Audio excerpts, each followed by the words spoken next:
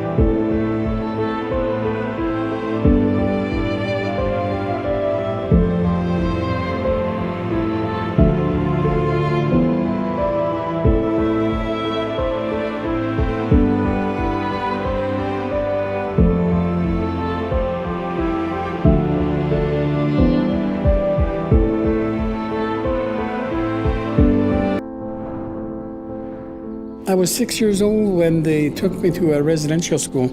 I remember the day walking toward that school with my mother, and it was a silent walk, and I was so afraid.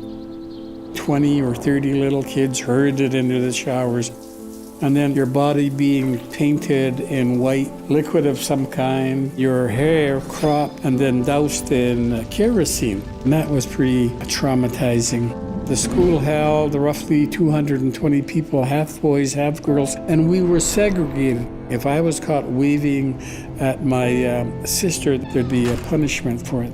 And so as a result of that segregation, I never really learned any social skills that young people should be learning as they grow up.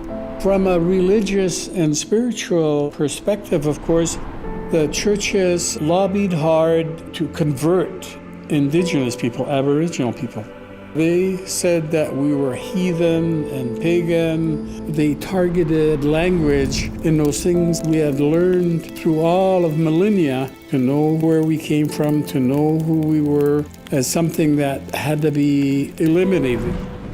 Before that time, I lived in a place called Guayastums. They call it Guilford Island now. We harvested from the forest all of the animals that we needed to provide us sustenance, and from the ocean in front of us as well, all of the species of whales and mink and fish. And I had a connection to the environment around us. And so after having spent years in those schools, by the time we were ready to leave, most of us were pretty broken. Many of us, including myself, descended into addictions, alcoholism, and violence, and it was pretty difficult.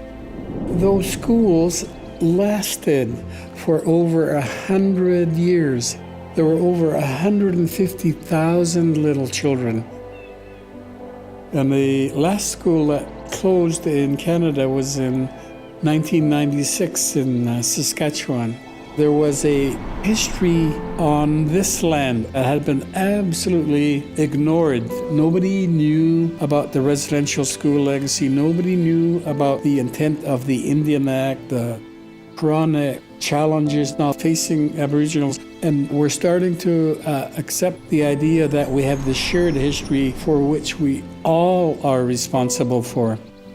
When the Truth and Reconciliation Commission report was submitted, I was in the room when Justice Murray Sinclair, the chair of the commission, denounced Canada.